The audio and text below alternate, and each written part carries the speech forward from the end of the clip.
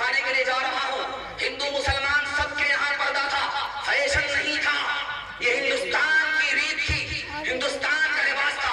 उस ऋग्वेद में लिखा है, ब्रह्मा ने औरत को औरत बनाया तो निगाह को नीचे रखे, ऊपर ना रखे।